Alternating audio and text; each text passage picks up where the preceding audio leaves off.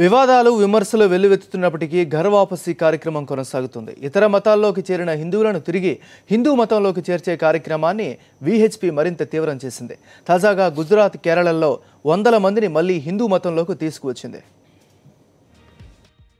హిందూ మతాన్ని వీడి ఇతర మతాల్లోకి చేరిన హిందువులను తిరిగి హిందూ మతంలోకి తీసుకొచ్చే ఉద్దేశంతో చేపట్టిన ఘర్ వాపసీ కార్యక్రమాన్ని విశ్వ హిందూ పరిషత్ ముమ్మరం చేసింది. ఉత్తరప్రదేశ్లోని ఆగ్రాలో ఇటీవల 200 మంది ముస్లింలను హిందూ మతంలోకి తీసుకురావడంపై దుమారం చెలరేగుతుండగానే తాజాగా గుజరాత్, కేరళల్లో అలాంటి కార్యక్రమాలనే నిర్వహించింది. గుజరాత్లోని వాల్సద్లో ఉన్న అర్నాయ్ గ్రామంలో 100 కుటుంబాలకు చెందిన 500 మంది గిరిజన క్రైస్తవులను హిందూ మతంలోకి మార్చింది. వాల్సద్ గిరిజనులను తిరిగి హిందూ మతంలోకి ఆహ్వానించే ముందు మహాయజ్ఞం నిర్వహించిన విహెచ్పి అనంతరం వారందరికీ భగవద్గీతలు, రాముని పటాలు, రుద్రాక్ష మాలలను అందించింది. గతంలో క్రైస్తవంలోకి మారిన వీరంతా తిరిగి హిందూ మతంలోకి వచ్చేందుకు సుముఖత చూపడంతో ఈ కార్యక్రమం నిర్వహించినట్లు విహెచ్పి వెల్లడించింది. క్రైస్తవులంతా స్వచ్ఛందంగానే తిరిగి మతం మార్చుకున్నారని వివరించింది. కేరళలోని కాణిచాన్ అల్లూరులో ఉన్న ఓ గుడిలో ఘర్ వాపసీ కార్యక్రమం జరిగింది.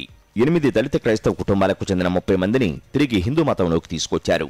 మరో 150 క్రైస్తవ కుటుంబాలు మళ్లీ హిందూ మతంలోకి రావడానికి సుముఖత వ్యక్తం చేశాయని కేరళ విహెచ్పి వర్గాలు తెలిపాయి.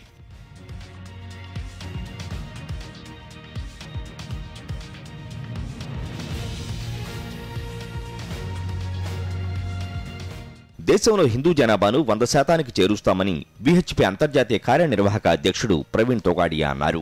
హిందువుల సంఖ్య సగానికి పడిపోయి మైనార్టీల స్థాయికి పడిపోవడాన్ని సహించే ప్రసక్తే లేదన్నారు.